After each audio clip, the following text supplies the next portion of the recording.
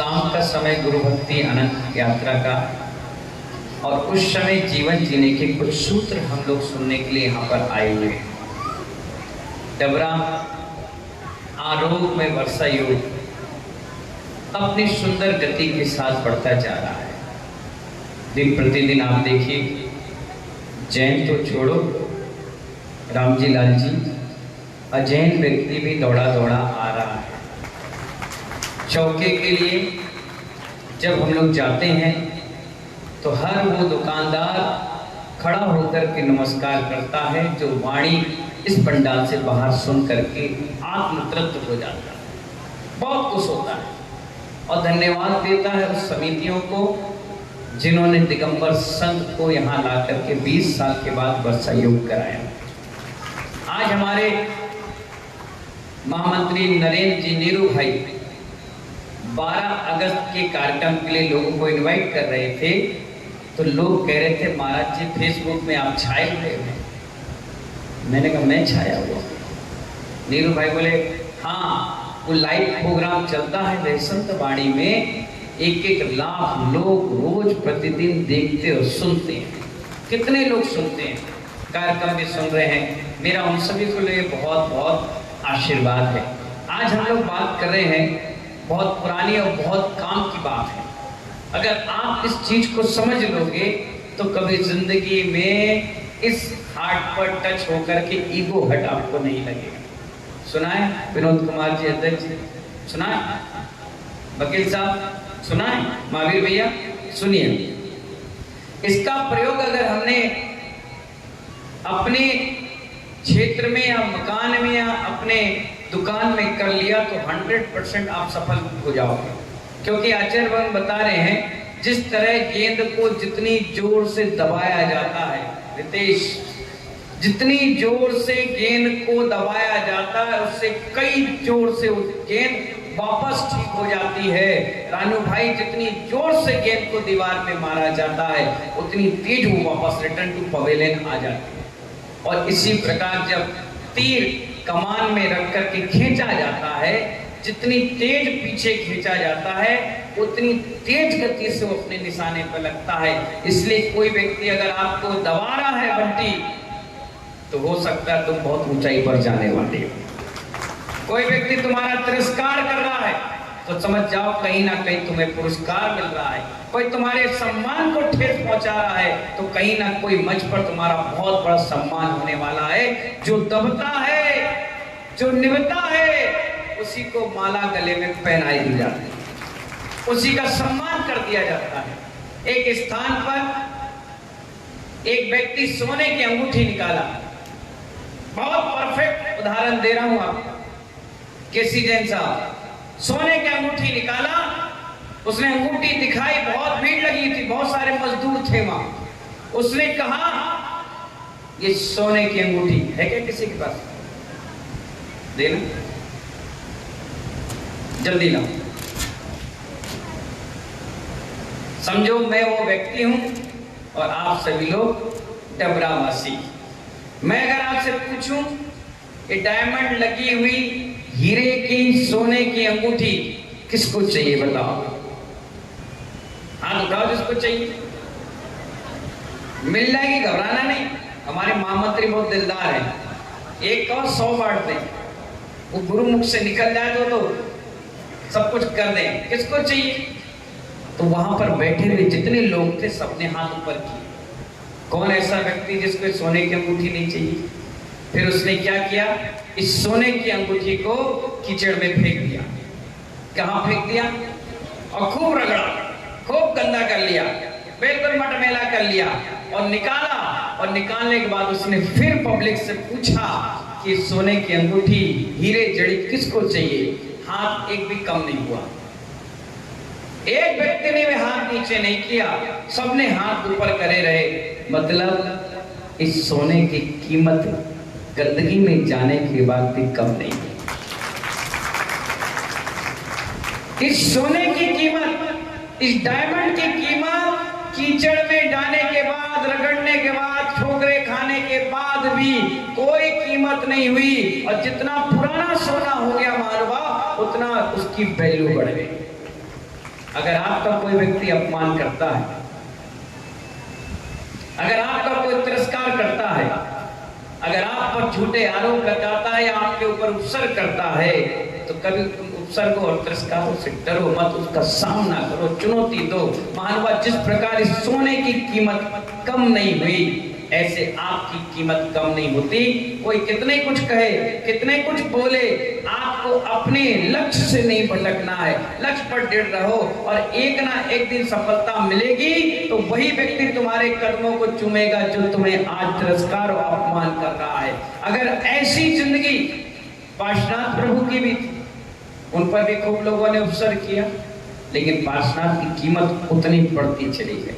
आज विश्व में भगवान महावीर का शासन काल है, लेकिन सबसे ज्यादा प्रतिमाएं पार्श्वनाथ भगवान की। सबसे बढ़िया लाडू, सबसे बढ़िया बदना, सबसे बड़े अनुष्ठान, सबसे बड़ा चमत्कार कहीं देखने को आया है तो भगवान पार्श्वनाथ पर, क्योंकि जब जिस पर उपसर्ग हुआ है वो उतनी सुंदर निखर कर आया है, उतना ही नाम हो गया है।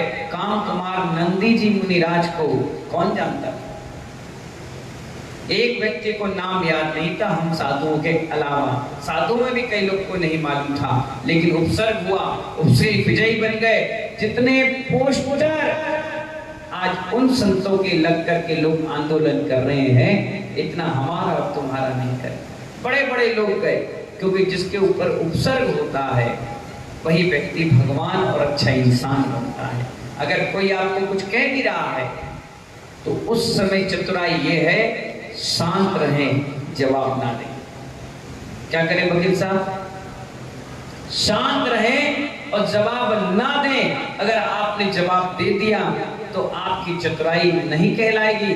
आचार्य भगवान कहते हैं, अगर आपके ऊपर उपसर्ग हो रहा है, कोई कुछ कह रहा है, तो शांत गंभीर होकर उस बात को सोचिए कि इस व्यक्ति को कहां से ये बात पता चल गई जो ये आज मेरे सामने कह रहा है। उसका निराकरण करिए, समीकरण निकालिए, बैठाइए समीकरण और अपने हिसाब से सोचिए, विचार करिए, अपने आप रास्ता मिलेगा। जिस प्रकार सोने की कीमत कम नहीं हुई, डायमंड की कीमत कम नहीं हुई, ऐसे इस शान की कभी कीमत कम नहीं होती और बढ़ती है।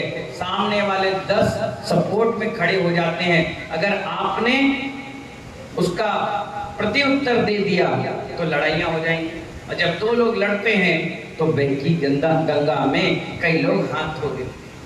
तो महानुभाव, ऐसी चुनौतियों को स्वीकार करना है। जिस प्रकार इस सोने की कीमत कम नहीं हुई, ऐसे अगर कहीं उपसर्ग आ जाए, जीवन में संघर्ष आ जाए, कितनी बड़ी चुनौती क्यों ना आ जाए, कभी उससे घबराना नहीं चाहिए। मौत से बड़ी तो चुनौती कोई नहीं होगी। क्या होगा, क्या करेगा व्यक्ति, क्या कर लेगा तुम्हारा? कुछ नहीं कर सकता। जब तक तुम्हारा पुण्य है वो तुम्हें कुछ भूल भी नहीं पाएगा।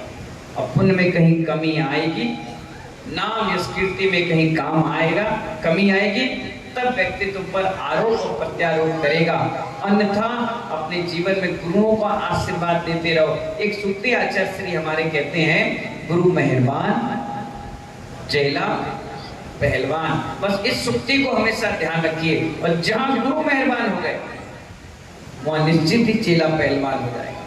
आज देखिए, गुरुजी ने कहा हमसे कि जाओ भोपाल चतुर्मास करना है। मैं कभी भोपाल गया नहीं था, चला गया। कहाँ चला गया? और ऐसे बेहद जंगल रास्ते से गया जहाँ चौकी की भी व्यवस्था नहीं थी। और आप देखिए बंटी भैया, मैं चलता गया, समाज आती गई, रास्ते में चौका भी लगता रहा, व्यवस्था भी बनती चली गई, और भोपाल चतुर्मास करके आपके बीच डबरा वापस भी आ गया। गुरु मेहरबान थे विनोद जी, तो चेला पहलवान था। और इसीलिए उन गुरु का आशीर्वाद है, इसलिए हर चुनौती को मैं एक्सेप्ट करता हूं। जब तक सामने कॉम्पिटिटर नहीं होगा, जब तक हमारी दुकान फेल है। एक दुकान हो पूरे मार्केट में तो आदमी नखरा करता है, अभी दे रहे हैं, रुक जाओ, 10 मिनट इंतजार करो, अरे नहीं है, इतने में मिलेगा, चलो भागो। और सामने कॉम्पिटिटर खड़ा हो जाए, आइए ना, बैठिए ना, लस्सी पीजिए, चाय पीजिए, कॉफी लीजिए, पानी पीजिए। और क्या चाहिए, घर पे पहुंचा के दे देंगे बहन जी, पैसे भी बाद में दे देना, कोई बात नहीं। क्यों? क्योंकि उसे मालूम है एक ग्राहक चला जाएगा तो सामने वाला लपक लेगा। जब तक दुकान में कंप्यूटर नहीं होगा, दुकानदारी करने में आनंद नहीं आती। इसी प्रकार इस क्षेत्र में भी अगर कंप्यूटर नहीं होगा तो हमें भी काम करने में आनंद नहीं आएगा। बोलने वाले को मजा जब आता है, जब सुनने वाला जिज्ञासा लेकर आता है, तब उसे बोलने में भी मजा आता है। इसलिए कोई तुम्हें चुनौती दे तो एक्सेप्ट करो, कोई बात नहीं। आज जवाब नहीं दे रहे, कल देंगे, कल नहीं परसों देंगे, क्योंकि किसी की लकीर मिटा करके कोई इंसान महान नहीं बनता, लकीर बड़ी करने वाला इंसान महान बनता है। इसे लकीर मिटाने का प्रयास ना करें। चुनौती किसी ने दी है तो चुनौती को स्वीकार करिए और अपने सोने को कीचड़ में रहने दो, कोई बात नहीं। आज अगर 50,000 रुपए तोला है तो एक साल बाद 55 का भी हो जाएगा। कीमत बढ़ेगी, घटेगी नहीं।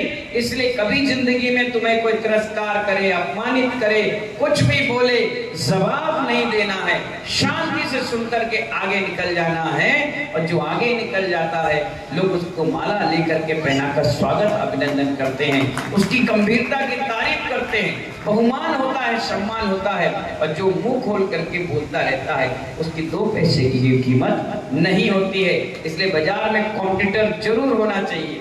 कंप्यूटर से हमें मजबूती आती है, हम अपने प्रोडक्ट को और सुंदर तरीके से बाजार में लाते हैं, जिससे व्यक्ति लेने के बाद गारंटी शब्द का इस्तेमाल करता है कि नहीं, इस व्यक्ति की गारंटी, इसकी व्यक्ति की जुबान की कीमत है, ये कभी पीछे हटने वाला नहीं है, डट के मुकाबला करने वाला है। और आज नहीं, कालांतर में तुम्हें पता चलेगा, आने वाले समय में तुम्हें पता चलेगा कि मुनिराज ने कितना बड़ा सब्जेक्ट हमें फ्री में दे दिया।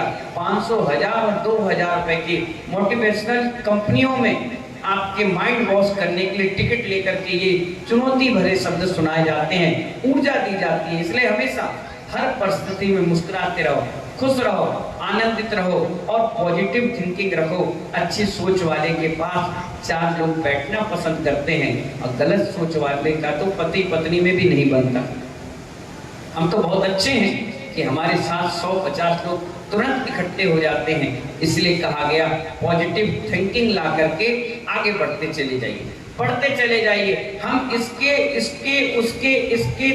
उसके चक्कर में अपने पुण्य को खराब मत करिए। अपना पुण्य जितना समय मिल रहा है, उस पुण्य का सौभाग्य समझिए और इसको महाभाग में बदलिए। इन्हीं मंगल भावनाओं के साथ सभी को बहुत बहुत आशीर्वाद। समय मिला तो हम सब लोग फिर मिलेंगे। जब तक के लिए बोले जय महावीर भगवान की।